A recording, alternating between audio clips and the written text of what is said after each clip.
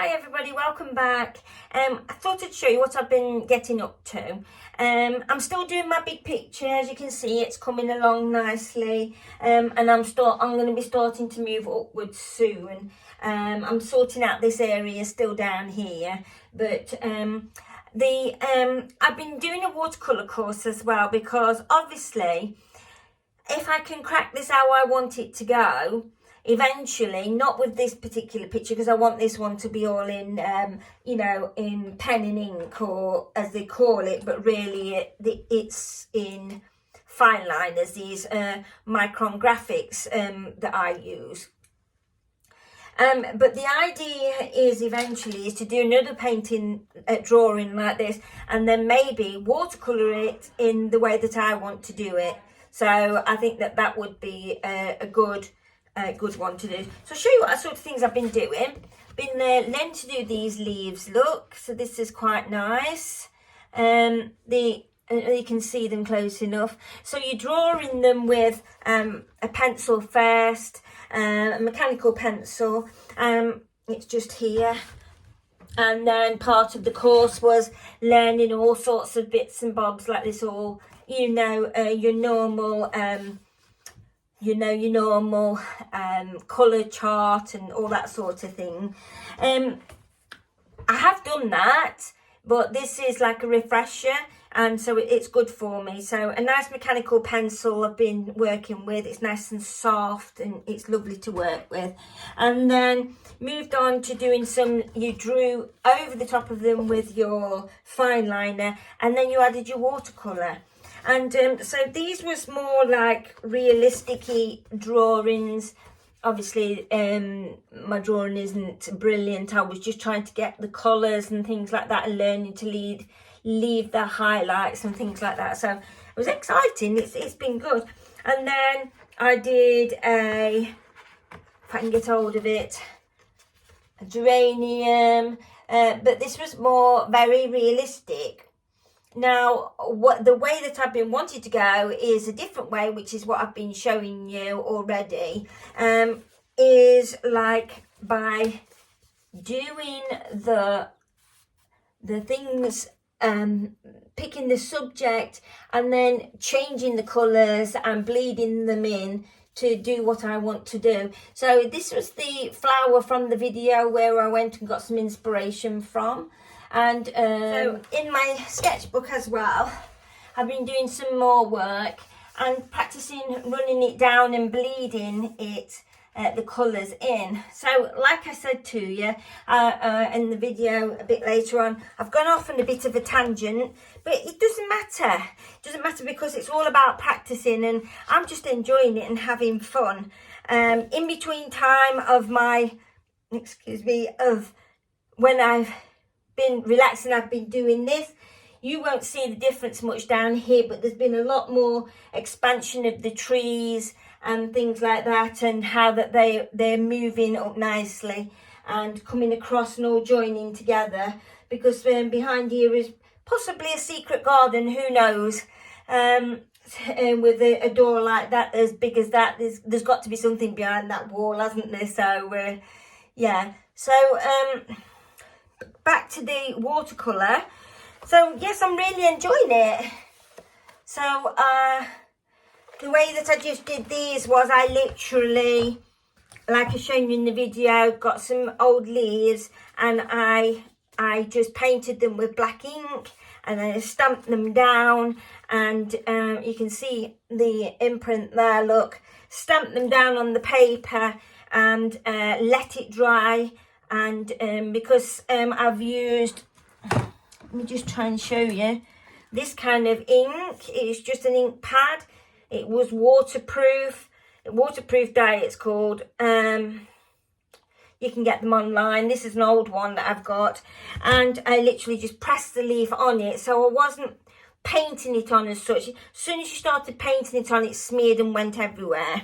So if I can just show you quick, like what I mean. So I'll get my leaf, and so I literally just put it on here like this. I actually did a print on another piece of paper before I did it on onto my the proper paper that I wanted to do it to, because I didn't want it to come out too heavy. So I pressed it on, but just so I didn't have to keep drawing this shape all over and over again, because I did draw it a few times. Okay, so I'm going to just press this on now on the paper just to show you what I did. So I'm just going to, I'll show it you in a second. It only takes a second. And then pull it off. So literally all I gave myself was that tiny little print there. Can you see that tiny little print? So then I drew around the outline of it, and then that's how I did this. And then I just experimented with colour, different colours together and things like that, and great fun. Another way to do it, you know. And it's you know, if you're trying to learn about the colour rather than the drawing, I'm doing enough drawing here. So if you wanted to learn about the colour, that's an ideal way to do it. Let it dry, and then you can paint your watercolour over the top of that like I did there, and you can hold it up and let it bleed and all sorts of things. Or you can add, like I did, I added more to the detail of the leaf. So I really looked at the leaf and thought, oh yes, it's got like serrated edges around the outside and things like that. Now I've had this leaf now, I think it's 3 days, it's still in quite good nick. And I've left it literally out on my bench. But because I've covered it in ink, I think it's preserved it a little bit. But it's nice to go and collect all different kinds of leaves and use those. Don't waste them. You could do sticks, you could do stones, you can do lots of things. You can do rubbings from the trees with a wax crayon and, you know, and rub it on. There's so many different things that you can do, but they're all good ways of getting a print down there for you to practice. So I could use that print 6 more times maybe, or on different pages, and just go for it. So here, look, on this page, experimentation again.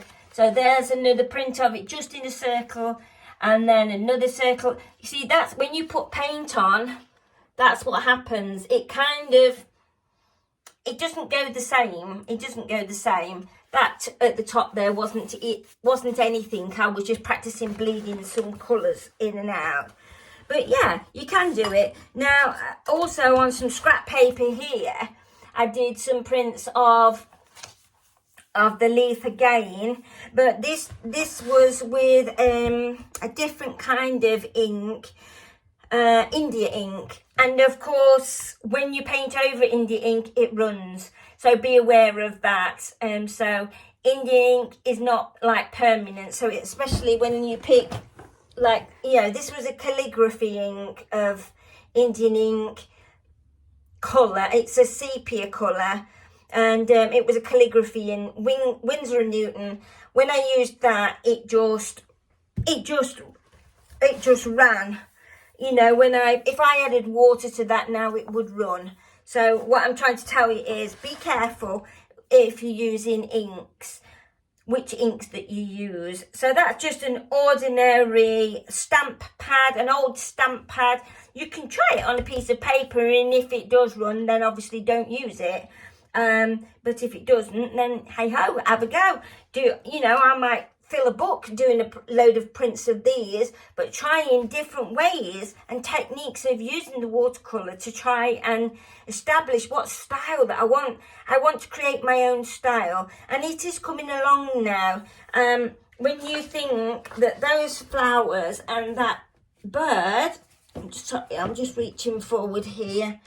So the bird and the flowers, without even realising it and thinking about the colours, were very similar, and they were done on different days, different times. Yeah, but if look at the colouring, look, they're very much similar. You see? So can you see what I'm getting at? It's starting without even realising it to develop my own style, and that's what I want. So then it's important then, because I want to try and do perhaps some animal portraits that way, or some animals, squirrels. I got a beautiful picture of a squirrel just as I pinched off the internet, nothing exciting. But it was beautiful. I could never have captured that picture on my own. So, well, there's not enough squirrels down Red River and where I am. And it's a certain time of year. There was one in the graveyard where there was these 2 or 4, maybe 6 squirrels all playing in this tree. But they never came close enough for me to take photographs. I only could take them at a distance. So it's a matter of waiting it out with your photography if you really want to capture a beautiful animal. And I think that the way to do then is to be able to concentrate on the eyes and the features of the nose and the mouth. And then you can go away, you know, once you've got your outline, then you can go away with your watercolour again. Somebody also said that it is possible to put to paint watercolour on a canvas, but you need to spray it with this certain kind of fixative, but I'm not sure what that's called. I will find out and let you know about that, because it would be nice to actually watercolour onto a canvas. Yeah, so anyway, the only way that I've watercoloured onto a canvas is I've gessoed the canvas first, and then on top of that I've watercoloured, but with watercolour paint. I've used them very heavily bodied, you know, I've done them straight from the palette, very thick and very dense, so that but when you put them on there, it sits on top. Well, when you're doing some effects, that looks quite nice as well, to let that watercolour paint sit on top of it. Kind of pools on top. It's because it's on a non-porous sort of surface, and it creates a different kind of effect that you've seen me do with Neuro Art lots of times. So anyway, so I thought I'd just come on and tell you, and then show you a little video of how I just did that little bird.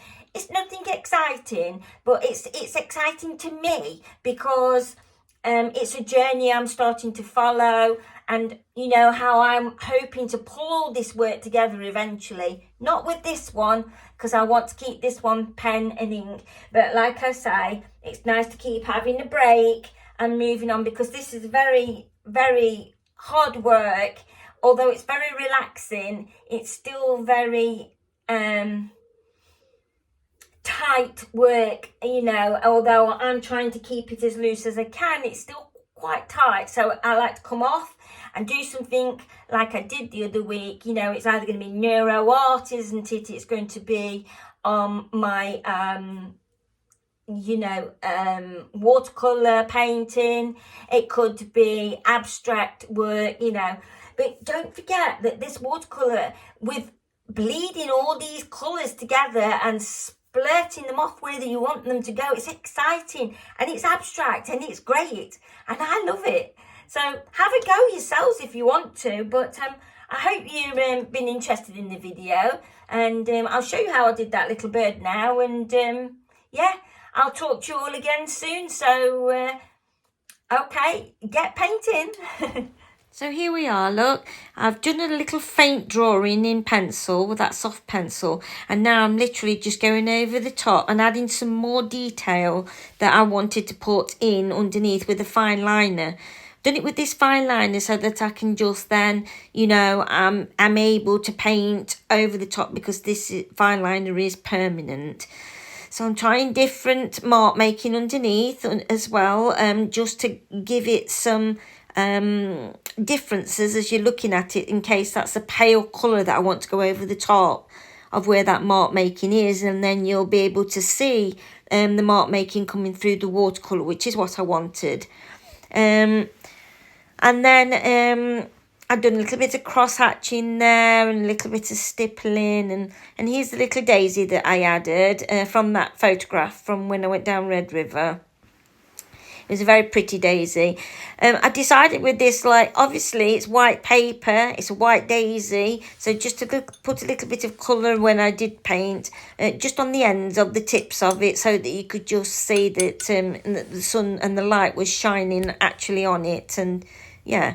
So here I've mixed up just an ordinary coal tar blue, I think it is, and I've just watered it down on my brush. You can't see that part, and I'm going in straight onto the dry paper, very, very watered down, and just creating a base coat, very watery, and then I'm going to add more water to that and then push that across across onto the top. So these dark areas here are going to be the contrast of the bird, of where I want it to go. And a lot of people use a blue in watercolor as a base coat. Some people use a rusty color, like you can see just above this red that's in my on the palette lid just here. Like a rusty color. That was a color that I used very, very palely under those leaves. So then now it's a little bit lighter here because I'm starting with the water now, watering it down, taking the colour off of my brush and just dragging it across to create a nice big highlight just there. But it's still like glazed and mixed it in. So the areas around that are going to be dark, and then that will remain light, or it will remain for a different colour that I want to slip in there. Leaving it nice and pulled up now because watery, because I do want to bleed these colours in, and it isn't easy to bleed them in. It looks easy, but it isn't, because if it goes just over one bit that you don't want it to, you've had it with the painting. So it's not as easy as it looks to do. So pulling down some of that blue again, and really enjoying this part of it. I find this part really relaxing, and blending it in a little bit. Like I say, I'm no watercolour expert, but I have used watercolour for such a long time now, but this has been lovely to refresh and see how that you can blend these colours in, and it's nice for somebody to actually tell you how to do that. I can only show you here. So where I've left these little, they're not puddles, but where I've left it quite wet, I'm going back in with the darker colour now to create the illusion of that, like I do with the Nero art and with the balls, that the subject isn't flat, it is round, and I want that creative feeling of it being a little bit 3D, and you can see that the bird is starting to look as though it's away now, and it's not flat to the page anymore, and that's what I'm after. So it's kind of like a realistic bird, but I want it to be in the colourful colours that I want it to be in. If you wanted to leave this more realistic, you could dry these off now, and it would be nice as it is. It's not far from finished, and you could leave that as it is if you are a bit of a realism worker, then yeah. So a little bit more paint on the end of this tail here, and then cleaned my brush again, and then drag that paint forward so that you can see that there's a change in the areas of where I'm painting, and drag that little bit of water down there as well, just so that it's looking more grey now rather than blue, underneath the tail and underneath the wing.